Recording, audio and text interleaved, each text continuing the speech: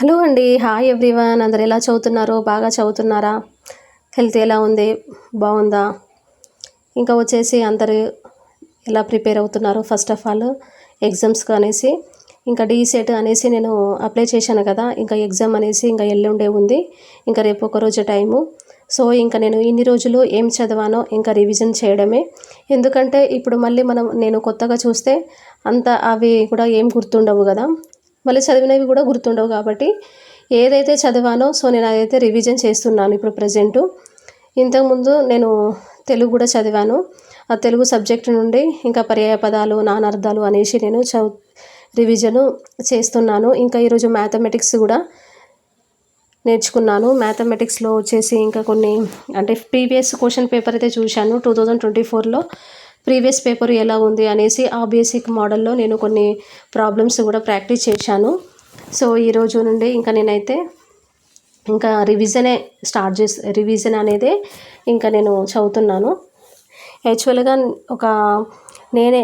నాకు ఇంట్రెస్ట్ రావాలని కొంచెం నిద్ర వచ్చినప్పుడు కూడా ఇక నేనే ఫోన్లో చదువుకొని మళ్ళీ నేను అదే వాయిస్ రికార్డింగ్తోని వినడము. ఎందుకంటే అట్లా వినడం ద్వారా కూడా కొంత గుర్తుంటుంది కదా. ఎప్పటికీ మనము చదవడం దానికంటే అంటే నేను చదివిందే మళ్ళీ అట్లా ఇప్పుడు ఎలా అంటే మనం ఏదైనా స్టోరీ చెప్తే ఎలా వింటాము అంటే విన్నది మనము వెంటనే వాళ్ళకి రిప్లై ఇవ్వగలము విన్న తర్వాత. అంటే చదవడం కంటే వినడంలో ఇంకా ఎక్కువగా గుర్తుండే అవకాశం ఉంటుంది కాబట్టి సో నేనైతే ఏం చదువుతున్నానో ఫస్ట్ వాటిని చదివేసి మళ్ళీ వాటిని రికార్డింగ్ ద్వారా వినడం కూడా చేస్తున్నాను. అలా చేయడం ద్వారా కొంచెం మనకి 50% అయినా గుర్తుంటుంది. నాకైతే అలా అయితే అలవాటు బాగుంటుంది నాకైతే.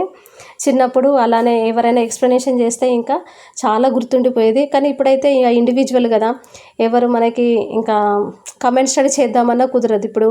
ఎందుకంటే చిన్నప్పుడు అంటే హాస్టల్లో ఉన్నాను బట్ ఇప్పుడు ఇండివిజువల్గా చదువుకోవడం కాబట్టి నాకు నేనే పోరాటం, నాకు నేనే ఇంకా ఒక సెల్ఫ్ లాగా చదువుకోవాలి కాబట్టి సో నేనైతే ఆ విధంగా ఒక రికార్డింగ్ లాగా చేసుకుంటూ చదువుతాను. అలా చదవడం ద్వారా అంటే ఏం చదువుతున్నామో గుర్తుంటుంది. ఇంకా వచ్చేసి ఇంకా మనకి టీచింగ్ ఆప్టిట్యూడ్ కూడా ఉంటుంది కదా.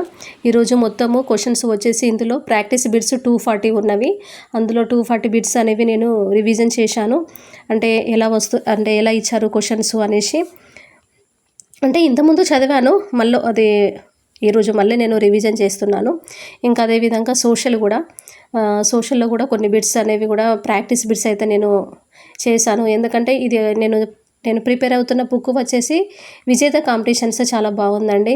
ఓకే, నేను చాలా బిలీవ్ చేస్తున్నాను. ఎందుకంటే ఇంతకుముందు నేను ఈ బుక్ ఎప్పుడు తీసుకోలేదు. మొన్న హైకోర్టు రాసినప్పుడు కూడా తీసుకున్నాను. సో అప్పటి నుండి నాకు మంచిగా అనిపిస్తుంది బుక్. ఇంకా మ్యాథమెటిక్స్లో కూడా ప్రిపేర్ అయ్యానని చెప్పాను కదా. అంటే గుణశ్రేణి అంటే లాస్ట్ టైం మనకి ఎన్నవ పదము అనేసి అడిగారు గుణపదంలో అంటే గుణశ్రేణిలో. దాని బేసిక్ ఇంకా 2 బిందువుల మధ్య దూరము అంటే x1 y1 మరియు x2 y2 అంటే x2 - x1 + y2 - y1 whole square. నేను ఆల్రెడీ షార్ట్ వీడియోలో కొన్ని ఫార్ములాస్ నేనైతే అప్లోడ్ చేశాను. మీకు ఏమన్నా రేఖాగణితం నుండి కానీ ఏమన్నా మీకు ఎవరైనా ఫార్ములాస్ కావాలంటే చూడండి షార్ట్ వీడియోలో. ఇంకా వచ్చేసి మనకి 2 బిందువులు ఇస్తారు x1 y1 x2 y2 అని.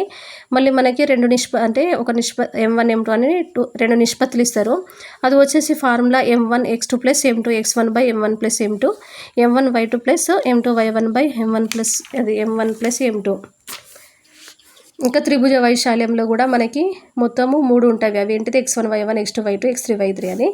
అందులో ఫార్ములా వచ్చేసి ½ మోడ్యుల్ of x1 of y2 - y3 + x2 of y3 - y1 + x3 y1 - y2. ఈ యొక్క ఏమిటి ఫార్ములాస్ అయితే మనం ఖచ్చితంగా గుర్తుపెట్టుకోవాలి. గుర్తుంటేనే మనము చేయగలుగుతాము.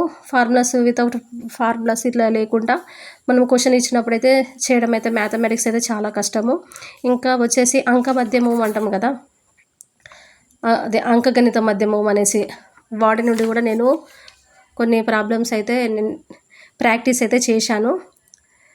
సో ఇంకా నేను ఈవినింగ్ ఇంకా నైటు అయితే ఇంకా నేను మళ్ళీ పర్యాయ పదాలు అనేసి ఇంకా కొన్ని నానార్థాలు, ఎందుకంటే తెలుగు నుండి కూడా సబ్జెక్టు 20 మార్క్స్ వస్తాయి. సో కాబట్టి ఖచ్చితంగా ఇంకా పర్యాయ పదాలు, నానార్థాలు, సందులు అంటే ఫస్ట్ సవర్ణ దీర్ఘ సంధిలో మనకి ఆ, ఈ, ఊరులు సవర్ణచులు పరమైనప్పుడు దీర్ఘ దేశం భంగును అంటే మనకి ఇది అంటే ఆ, ఈ, ఊరులు అవి వచ్చినప్పుడైతే మనం ఖచ్చితంగా సవర్ణ దీర్ఘ సంధి. గుణ సంధి వచ్చినప్పుడు ఏ, ఓ, ఆర్